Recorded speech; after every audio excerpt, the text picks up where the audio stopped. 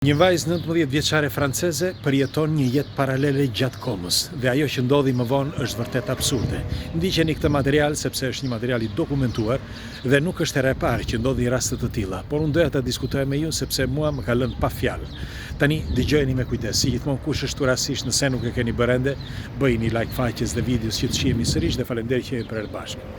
Ishte viti 2015 në periferi të Francës, një vajzë 19 vjeçare e quajtur Clélia Bordier pësoj një aksident dhe e shtrojnë urgjent në spital. Menduan se ajo kishte vdekur, në fakt ishte ende gjallë.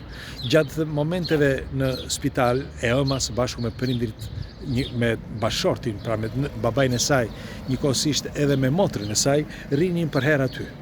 Mirë po, ajo gjatë komës, si shtregohet më vonë, ajo nuk kishte asnjë perceptim të familjarve, ndonse në disa raste tregojnë që gjatë momenteve të komës ndjejnë prezencën e familjarve, kurse Clélia nuk e ndjente prezencë, por ndodhi diçka tjetër, akoma më absurde.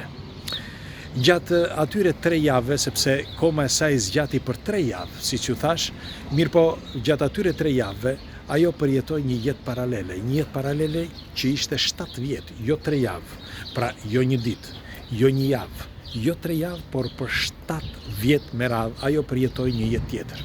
Çfarë jete përjetoi? Tani dëgjoni me kujdes. Siç ju thash, kjo Clélia Bordier ishte 19 vjeçe dhe ajo nuk e kishte ndërmend që të bënte një familje, as se kishte menduar ndonjëherë.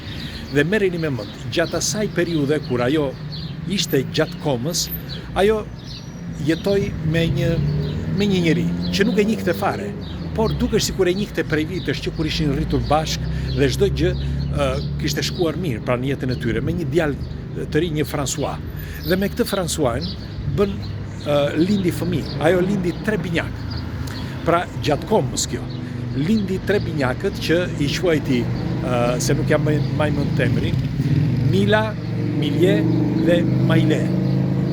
Mirë po, infermierja, gjatë atij momentit që lindën këto vajza, të 3 binjake, i tha që kishte lindur me një problem, njëra nga fëmijët, pra e vogla, Milie. Dhe nuk arritën që ta shpëtonin sepse ishin 3 binjake dhe ishte vështirë me 3 binjake. Megjithatë, ajo e përjetoi shumë keq, sepse gjithmonë në koma përjetonte gjithmonë këtë jetë, pra jetën e saj. Dhe i rriti vajzat, dal nga dal, pra për 7 vjetë. Shkonin, hanin diku, përshon loznin bashkë, në për ato shkonin, kjo gatuante, i thoshte François, meri vajzat, çoj për jashta, pra 2 vajzat e saj të tjera që ishin mbetur, e kështu me radhë. Dhe derisa i pakzoi vajzat, shkonin në kopësht, pastaj në shkollë, pra çdo gjë një jetë krejt normale, e përjetuar ditë për ditë. Pra jo e përjetuar një javë, jo e përjetuar me fragmente, por e përjetuar ditë për ditë, ashtu siç edhe jeta reale. Dhe ajo që është më absurde, gjatë atyre momente, pra të momenteve të komës, ajo ishte e ndërgjegjshme që kjo jetë, pra ajo jetë që ishte gjatë atyre momenteve të komës, ishte ajo që i përkiste. Pra jo jeta këtu, jeta që ajo kishte përjetuar 19 vjetë si një jetë normale që e quajmë ne. Dhe në krye të 7 viteve ndodhi diçka që ajo nuk di ta shpjegoj, një dritë e fortë, thot ajo, sikur të prishte çdo gjë, sikur të ishte një lloj filmi, sikur u doq filmi, por ishte tamam reale. Pra jo në një shirit filmi si mund të quhet në një vend të mbyllur, por sikur të ishte jashtë në ambient të hapur dhe sikur ky shiriti që është gjithë jeta që ajo shihte, sikur u doq. Dhe nga i moment dëgjonte vetëm ato fibrilacionet të gjoksit që i dhan jetë. Dhe i dhan jetë ishte nëna e saj, pra aty, dhe një nga infermierët që i dhan jetë. Dhe ajo u zgjua nga koma, pra mori veten nga koma pas 3 javësh. Dhe pas 3 javësh, në jetën që po flasim tani, ajo u ngrit, filloi që të jetonte normalisht, por një diçka. Sepse nga momenti që ajo doli nga koma, i tha nënës, nën tha, tha gjyshe, ti e ditë që e bërë tha gjyshe? Çfarë gjyshe jam bërë? Po tha, sepse unë kam lindur, tha, linda 3 vajzat, apo ajo e vogla nuk jeton më të më falësh, tha. Nëna e saj filloi që të qante, po ashtu edhe babai, se i tha dhe babait, i tha, ti e bërë gjysh babi, tha. Dhe po ti shikosh, të janë vajza fantastike. Ku janë vajzat e mia? Me një fjalë, kur u zgjua nga koma, ajo kërkonte vajzat e saj. Është e tmerrshme, thot ajo, pra kjo francezja Clelia, thot është e dhimbshme që ti thot të përjetosh thot një jetë 7 vjet dhe pastaj krejt papritur të thonë që nuk është e vërtet, por ke bërë një jetë paralele gjatë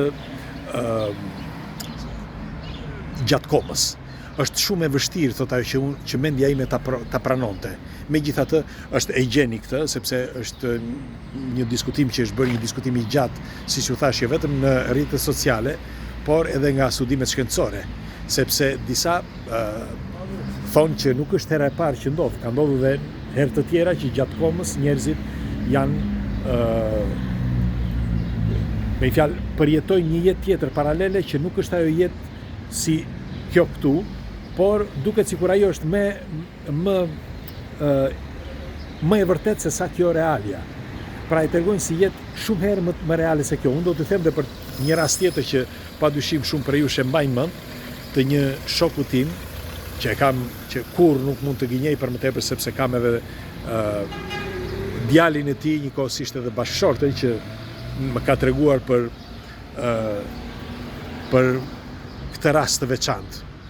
Tonino Punzi, që është një restorator që ka disa restorante, ai në vitin 2015-2016, mos gaboj, ra në koma nga një parainfarkt, sepse pastaj vendosi një pacemaker.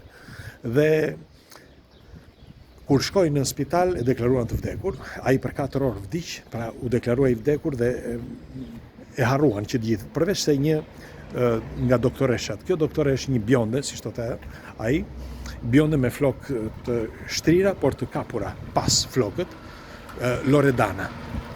E mban mend ai edhe sot, sepse përlotet sa herë që kujton këtë. Dhe kjo ishte e vetmja doktoresh që kërkonte që t'i jepte jetë. Dhe kërkonte që ta silte në jetë me fibrilacion. Mirë po, zgjati shumë kohë. Në fakt, mjekët e tjerë i thoshin lere, sepse ai iku tani, mori fund. Ajo për 4 orë me radhë filloi që me fjalë vazhdonte që të jepte jetë. Derisa në fund fare ai u zgjua dhe mori vete, si përfundim të gjithë familjarët ishin aty, po ai pa në të njëjtën kohë, siç thotë vetë ai, familjarët që për shembull i biri i tij që i ran çelësat e makinës. Ku i ran çelësat e makinës eksaktësisht e dinte vendin eksakt se ku i ran çelësat. Shikonte të bijin e tij nëpër korridor që qante, që lave atletet aty. Pat bashkëshorten e tij që ishte aty afër, pra afër krevatit, njëkohësisht, me fjalë nga ana tjetër, me fjalë në sallën e rianimacionit, dhe doktorët që ishin aty, se kush ishin doktorët?